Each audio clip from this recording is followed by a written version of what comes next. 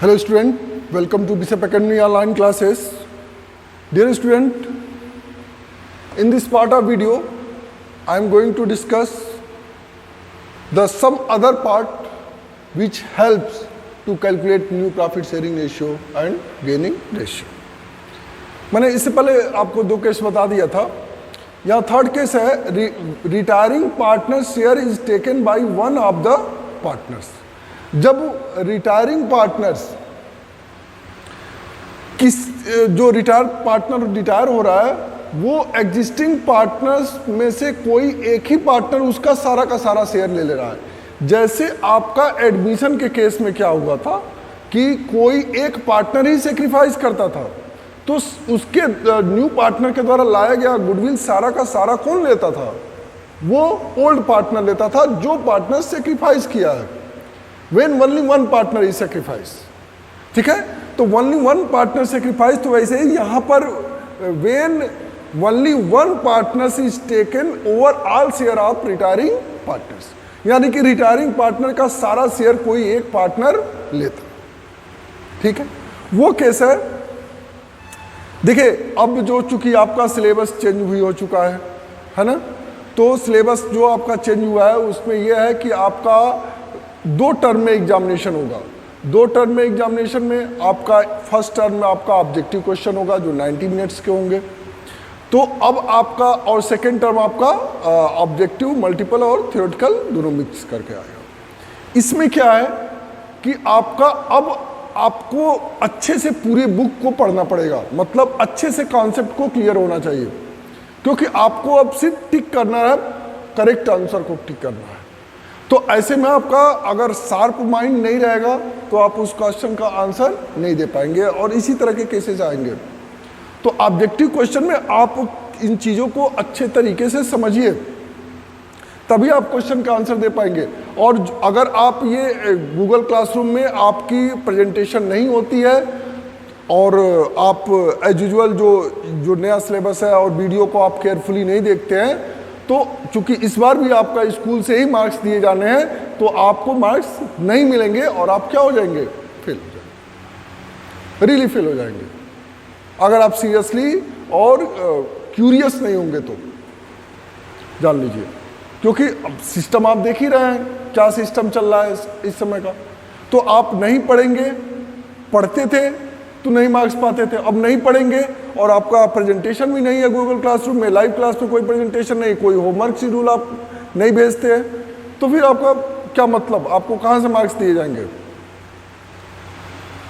तो इसलिए या आप थोड़ा सा सीरियसली आपको ऑब्जेक्टिव क्वेश्चन पे, अब हर एक चैप्टर के ऑब्जेक्टिव क्वेश्चन पे आपको ज़्यादा ध्यान देना पड़ेगा. ऑब्जेक्टिव क्वेश्चन तो आपको छोड़ना ही नहीं है कहीं से भी, जैसे मेरे बुक के सारे क्वेश्चन, चाहे एनसीईआरटी में हो चाहे डीके गोयल में हो, हर जगह से क्वेश्चन को लेकर के आप क्या करेंगे?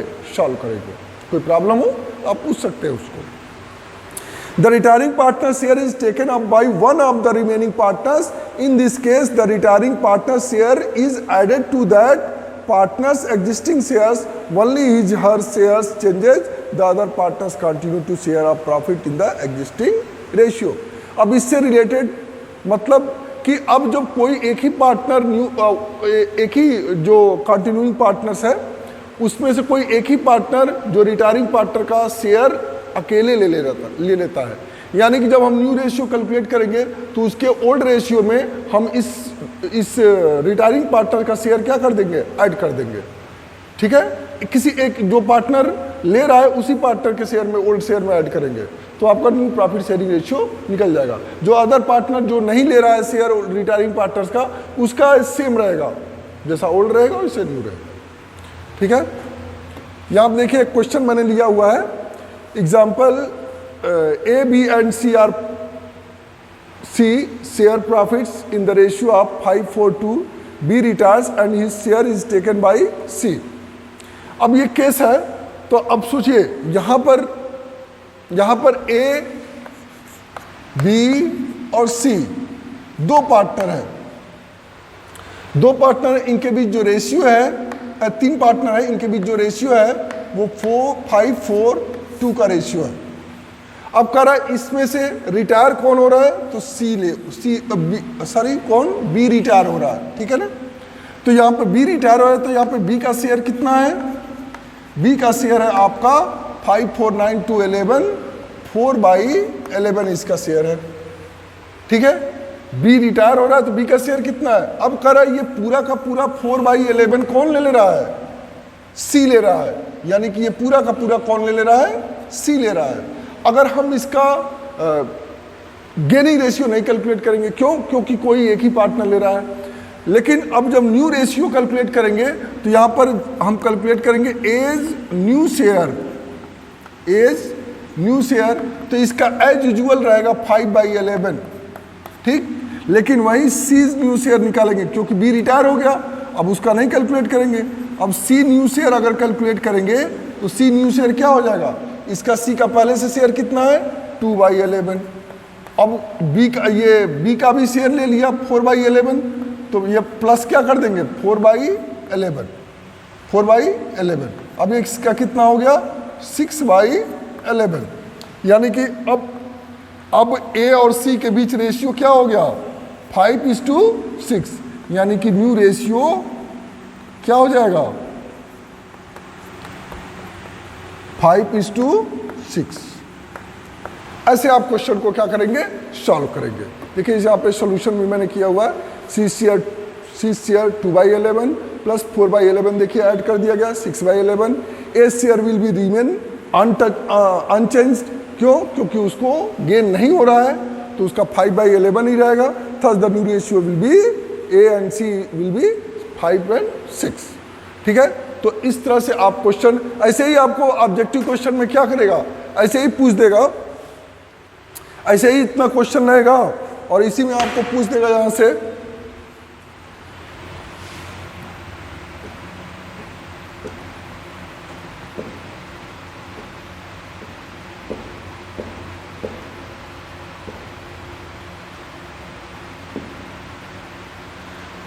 यही करेगा, यहीं पे कह देगा न्यू रेशियो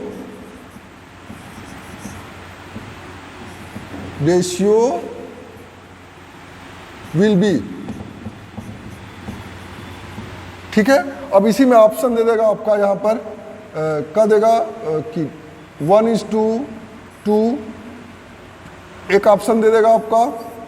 ठीक, ऐसे दूसरा ऑप्शन दे देगा आपका, दूसरा ऑप्शन दे देगा, कहेगा 3:4। ठीक, ऐसे ही थर्ड ऑप्शन दे देगा आपका, कहेगा 5:6। ऐसे फोर्थ ऑप्शन इसी में दे देगा आपको, कहेगा नन ऑफ दिस। ऐसे करके ऑप्शन दे देगा आपको। ठीक है, अब इसमें से आपको क्या करना है? ये आपका कौन सा ऑप्शन सही है? तो ये थर्ड ऑप्शन सही है। तो आप लिखेंगे ऐसे आंसर क्या लिखेंगे? थर्ड, और रेशियो लिखेंगे 5:6। ऐसे करें तो आपको इसी टाइप के क्वेश्चन आपको दिए गए होंगे। ठीक है,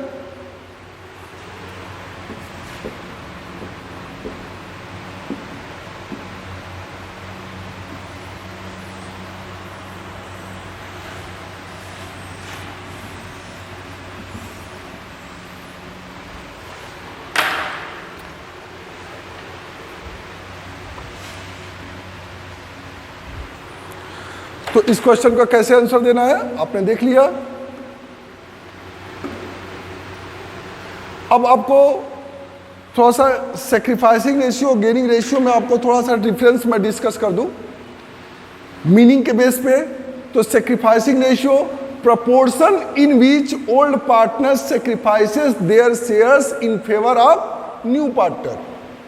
सेक्रीफाइसिंग रेशियो का मतलब क्या मतलब हुआ कि इन ए proportion in which old partner sacrifices their share in the favor of new partner, but in the gaining ratio, proportion in which continuing partners gain the shares of outgoing or retiring or deceased partners। ठीक है, second sacrificing ratio is calculated at the time of admission of a partner and gaining ratio calculate at the time of retirement or death of partners. Formula old ratio minus new ratio उसका होता है new ratio minus old ratio. ये मात्र 3 point पे ये अक्सर पूछता है, आपका 3 मार्क्स में पूछता है, differentiate between sacrificing ratio and gaining ratio. देखिए इसमें से भी ऑब्जेक्टिव क्वेश्चन पूछ देता है कि in sacrificing ratio which partner sacrifices his share in favor of new partner।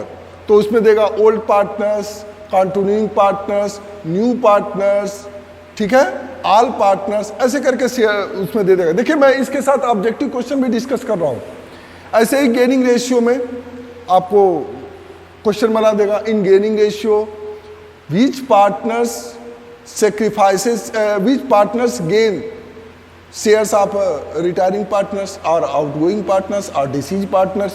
इसमें क्या देता है तो कौन, तो उसमें रिटायरिंग पार्टनर आंसर होगा, डिसीज पार्टनर आंसर होगा या आउटगोइंग पार्टनर, दो तीनों एक ही चीज है।